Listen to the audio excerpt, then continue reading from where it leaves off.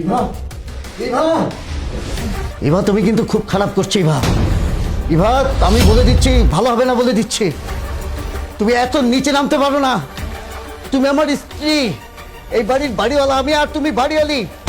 তুমি কি করে আমার কাজের মেয়ের হাজবেন্ডের সাথে এটা করতে পারো ইভা? খুব খারাপ হয়ে যাবে বলে দিচ্ছি। আরে কে বলেছে ভালো হচ্ছে না? ভালোই তো হচ্ছে, তোমার চাইতে বেশি পড়ে। আমার না খুব মন চাচ্ছে কাজের ছেলের সাথে একটু রোমান্স করতে। তুমি শুধু তাকিয়ে তাকিয়ে দেখো, কিছু বলো না। ছি ছি ছি ছি, তুমি এত নোংরা, এত জঘন্য। এটা তো আমি আগে হলে তোমাকে বিয়েই করতাম না। আহা, তুমি কেন এভাবে বলছো? আমার তো ভালোই লাগছে কাজের মেয়ের হাজবেন্ডের সাথে রোমান্স করতে। তুমি কিছু বলো না, শুধু তাকিয়ে তাকিয়ে দেখো আমি কিভাবে রোমান্স করছি। দেখো দেখো, আমি বলছি কিন্তু খুব খারাপ হয়ে যাবে। তোমার কপালে কিন্তু শনি আছে। আর এই যে বাচ্চা, এই যে বাচ্চা, তোর যে আমি কি করব সেটা কিন্তু তুই তুই দেখবি আমি কি করি। খালি আমাকে একবার একবার ছেড়ে দে, দেখ আমি কি করি তোর। কেন তোমার কেন এখন এমন লাগছে? তুমি যখন কাজের মেয়ের সাথে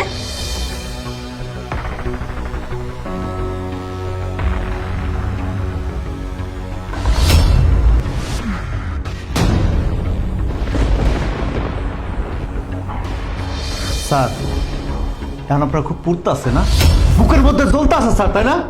এই একইভাবে না আমারও জ্বলছিল যখন আপনি আমার বউর সাথে এমন নোংরামি কাজ করছিলেন।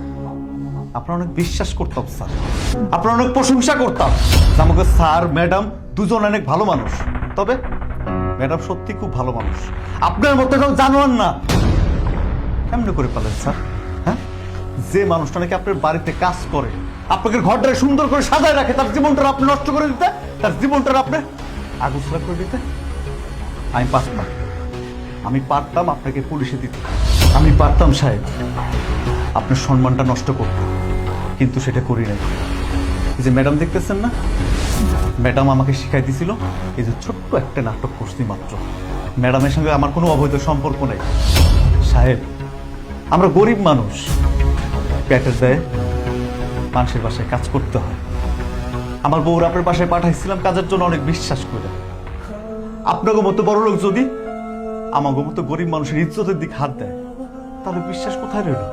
হ্যাঁ, বিশ্বাস করে আর কেউ কখনো না মানুষের বাসায় কাজে আসতে চাইবো না।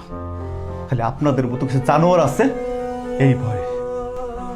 আমার ক্ষমা করবেন সাহেব, যাওয়ার আগে একটা কথা করে যাই, এখনো সময় আছে, ভালো হয়ে যান, অন্যের ক্ষতি করেন না।